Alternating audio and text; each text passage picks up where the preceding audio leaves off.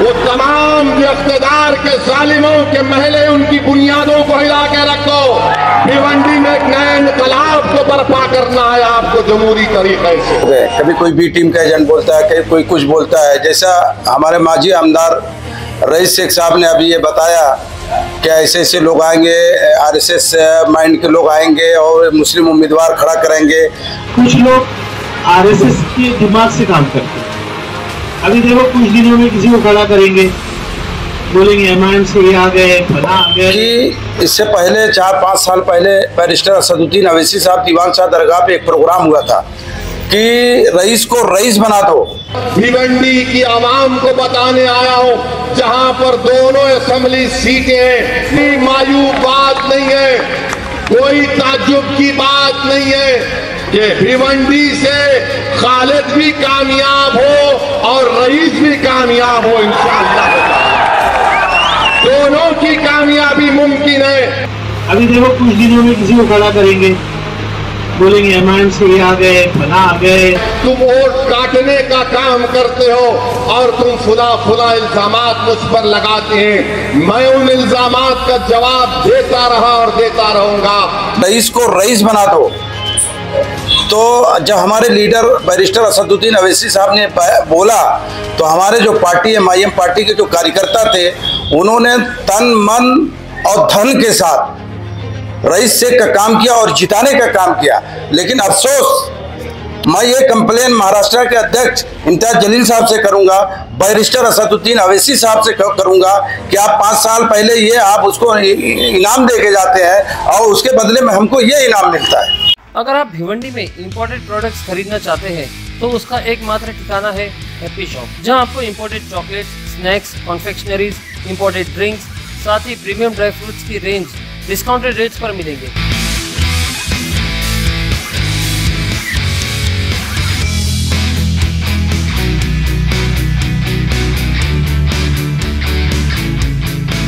एक बार जरूर विजिट कीजिए हैप्पी शॉप और अपने शॉपिंग एक्सपीरियंस को बनाइए और भी बेहतर। At supreme petrol pump Chavindra Bhiwandi. काहिल भाई क्या कहेंगे, रईस शेख ने एक बयान दिया कि के टाइम पे जो है आरएसएस के माइंड के लोग आएंगे और एमआईएम पार्टी से एक मुस्लिम कैंडिडेट को लड़ाएंगे। इस बयान को आप किस तरह देखते हैं?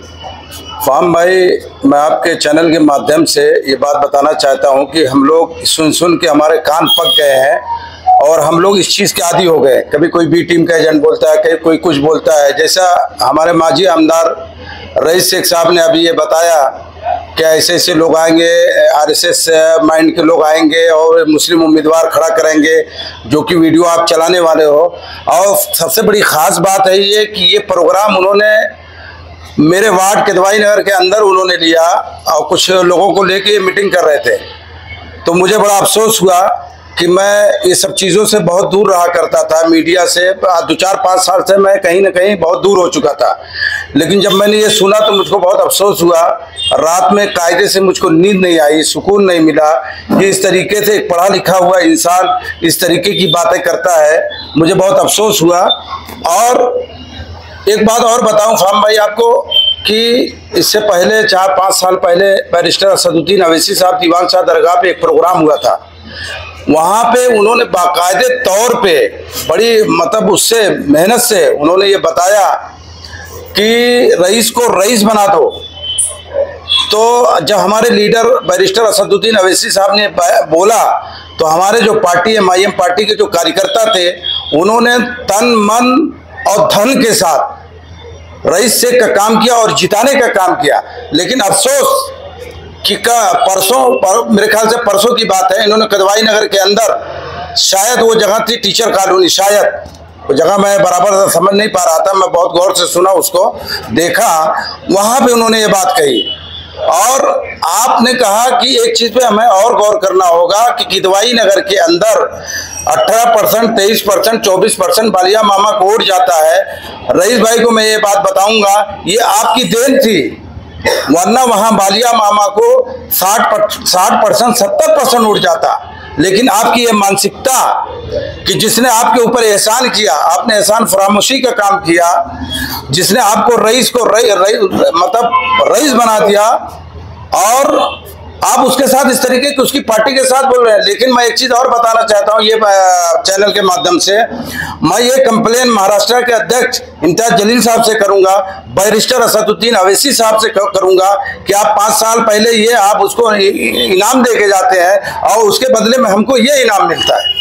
ताहिर भाई ये बताइए कि जब से रईस शेख जीते थे पिछले इस चुनाव को, आमदार इलेक्शन में जो रईस शेख जीते थे, उसके बाद से लगातार एमआईएम पार्टी के कई लोग जो है दावा करते थे कि एमआईएम के समर्थन मिलने के बाद रईस शेख जीते। लेकिन देखने में ये आता है कि रईस शेख इस तरह के बयान देकर क्या तारीफ करना चाहते? भाई उन्होंने जब से वो चुन के आए, जब से हमारे बैरिस्टर असदुद्दीन अवैसी साहब ने ये बात कहा, उसके बाद उन्होंने हमारी पार्टी को यहाँ पे नुकसान पहुंचाने का काम किया। एमआईएम पार्टी को नुकसान, हमारे कई कार्यकर्ताओं को उन्होंने तोड़ के उन्होंने अपनी पार्टी में भी शामिल नहीं किया, अपने साथ शामिल किया। वो सिर्फ उनकी तरफ से हमको नुकसान पहुंचा है। आज हमको अफसोस होता है, काश हम ये ऐलान ना करते कि रईस को रईस बना दिया जाए। भाई ताहिर भाई देखने ये मिलता है कि रईस शेख ने इस तरह की बयानबाजी की। उसके पहले जो है इलेक्शन के बाद अबू आसिम आजमी साहब बोलते हैं कि कौन असद अवैसी, वो इस तरह के बयानबाजी करते हैं। तो इलेक्शन में जो है एमआईएम फिर समाजवादी के साथ में मिलकर काम क्यों करती है? तो आप लोग जो है किसके दबाव में इस तरह का मतलब काम करते थे समाजवादी के साथ? अबू आसिम आजमी साहब मेरे बड़े भाई हैं, ये सवाल आप बड़े नेताओं से पूछिए, मेरी वो नहीं है हैसियत मैं उनके बारे में इस तरीके से उन्होंने क्या कहा वो उसका जवाब बड़े लोग देंगे। और एक चीज और है, इन्होंने विकास की बात करी, तो विकास ये कहाँ से लाए हैं? जो एमएलसी का चुनाव हुआ है, राज्यसभा का चुनाव हुआ है, ये पूरे लोगों को जो पॉलिटिकल सोच रखते हैं उनको मालूम है कि आप ये वोट देकर आपने एमएलसी में और राज्यसभा में किसको वोट दिया, ये तमाम लोगों को मालूम। और इस चीज पे हम बाकायदा मुताला कर रहे हैं।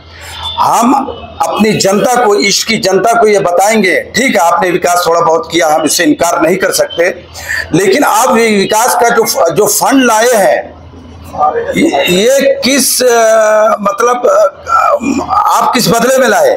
आपने वोटिंग किया, आपको फंड कैसे मिला? आपका तब वो माइंड नहीं था जो आज हमको आप बोल रहे हैं। तो रईस भाई से मेरी रिक्वेस्ट है, रईस भाई आपको एमआईएम के लोगों ने, कार्यकर्ताओं ने आपको जिताया है, आप इस तरीके की बातें प्लीज ना करें।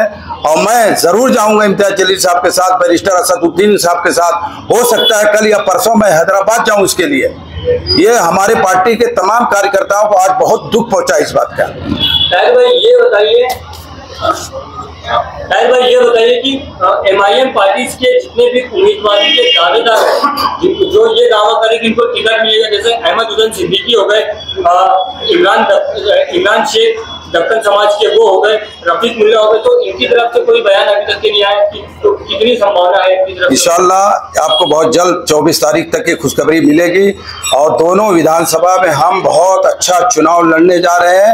और आपने इससे पहले हमारा रिजल्ट आप देख चुके हैं एमआईएम का, हम कितने दोनों विधानसभाओं में वोट लिया है, किस तरीके से लिया है, और एक अच्छी ताकत के साथ और एक जोश और बले के साथ, और हम दोनों सीट जीतने जा रहे हैं।